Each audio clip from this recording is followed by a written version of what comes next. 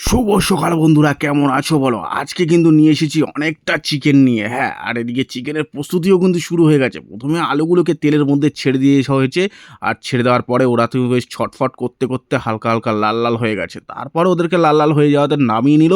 আর তারপরেই কিন্তু এরকম তেলের মধ্যে অর্থাৎ শুকনো লঙ্কা আর তেজপাতা দিয়ে পেঁয়াজগুলোকে ভেজে ভেজে ফ্রাই করা হবে। ব্যাস, ফ্রাই যখন হয়ে গেছে তাহলে আর দেরি কিসের?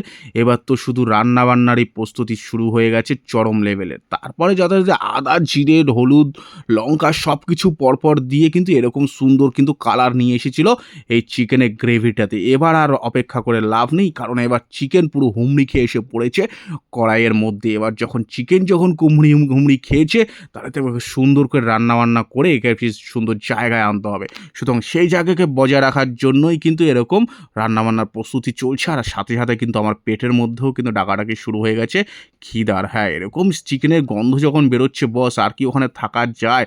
একদম কখন নামে কখন নামে। যাই হোক, দেখতে দেখতে কিন্তু প্রায় চিকেনটা কষে এসেছে, আর সাথে সাথে কিন্তু দিয়ে দিয়েছে এরকম সুন্দর সুন্দর সে ভেজে রাখা আলু। যাই হোক, এবার আমি খেতে বসি। চলো, দেখা হচ্ছে নেক্সট ভিডিও।